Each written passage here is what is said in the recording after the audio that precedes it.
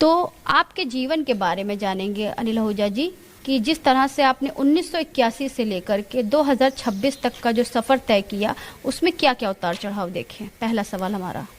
इस सफ़र में मैंने 33 साल आर्मी डेंटल कोर में सर्व किया और उसके बाद मुझे कुछ ऑप्शन सेलेक्ट करना था, वो किया तो मैंने। आप डेंटल कोर्स से कब रिटायर हुए अनिल जी?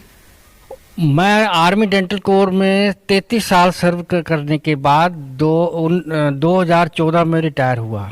2014 में रिटायर हुए, तो 2014 से लेकर 2026 तक आपने क्या किया? बहुत अच्छा क्वेश्चन पूछा अर्चना जी आपने।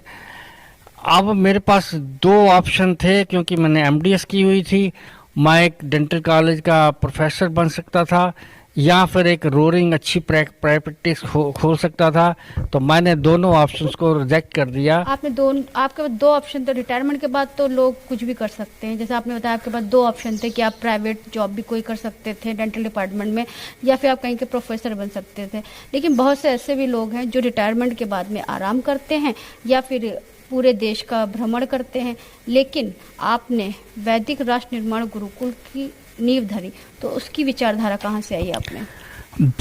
अर्चना जी आपने बहुत अच्छा क्वेश्चन पूछा। तो मैंने ईश्वर की प्रेरणा से ये निर्णय लिया कि एक सामाजिक कार्य करूंगा और खोलूंगा वैदिक राष्ट्र निर्माण गुरुकुल। कारण ये है कि मैं चाहता था कि बच्चों को राष्ट्रीयता भावना और भारतीय संस्कृति भावना से ओतप्रोत करना, उनको जोड़ना और उनको modern subject English, science, math, computer ये भी सिखाना, और साथ साथ में संस्कृत, वेद, कैसे यज्ञ करना है, कैसे प्रार्थना करनी है, कैसे सवेरे उठ के माँ बाप के चरण स्पर्श करने हैं, ये भी सिखाना। और इस समय माँ बाप के पास कोई ऑप्शन नहीं होता, वो कॉन्वेंट स्कूल में भेज देते हैं और मोबाइल से खेलते हैं। तो इन सब के को से बचाने के लिए एक वैदिक राष्ट्र निर्माण गुरुकुल खोलने का मैंने निर्णय किया। तो यानी कि फाइनल आपने जो ऑप्शन जो सेलेक्ट किया वो वैदिक राष्ट्र निर्माण गुरुकुल बनाने के लिए। लेकिन वैदिक राष्ट्र निर्माण गुरुकुल इतना बड़ा प्रोजेक्ट, 8000 से ज्यादा स्क्वायर फीट में आपने अपना वैदिक राष्ट्र निर्माण गुरुकुल बनाया जहां तक का? हाँ जी, हाँ जी। हाँ, तो इतना बड़ा जो प्रोजेक्ट था उसके लिए तो काफी धन की आवश्यकता होती है, तो धन का अरेंजमेंट कहाँ से किया आपने इतना?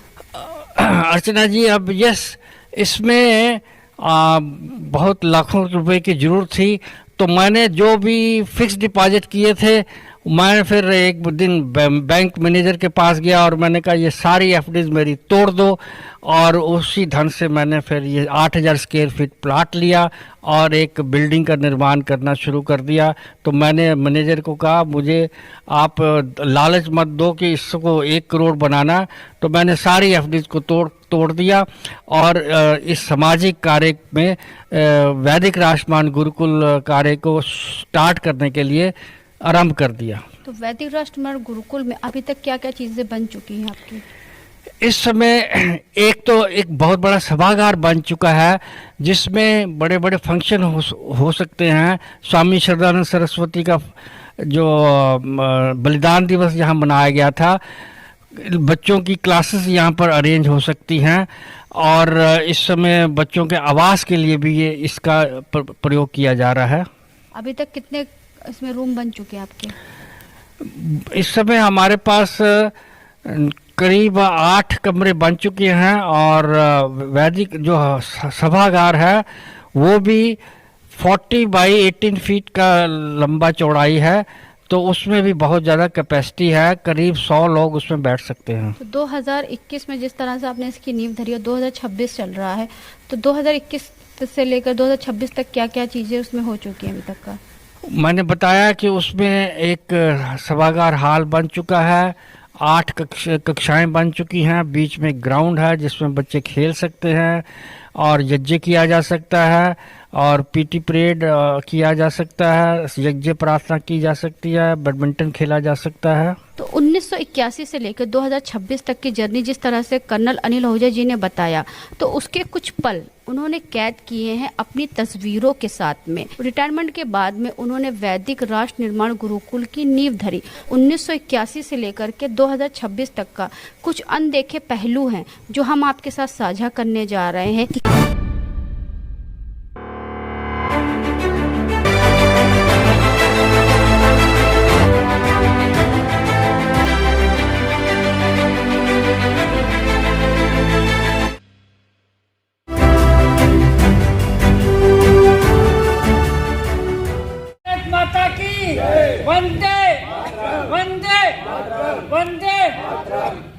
झंडा ऊंचा रहे, ओम का झंडा ऊंचा रहे।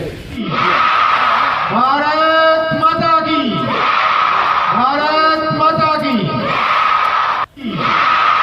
भारत माता की, भारत माता की, भारत माता की, भारत माता की, भारत माता की, भारत माता की, भारत माता की, भारत माता की, भारत माता की, भारत माता की, भारत माता की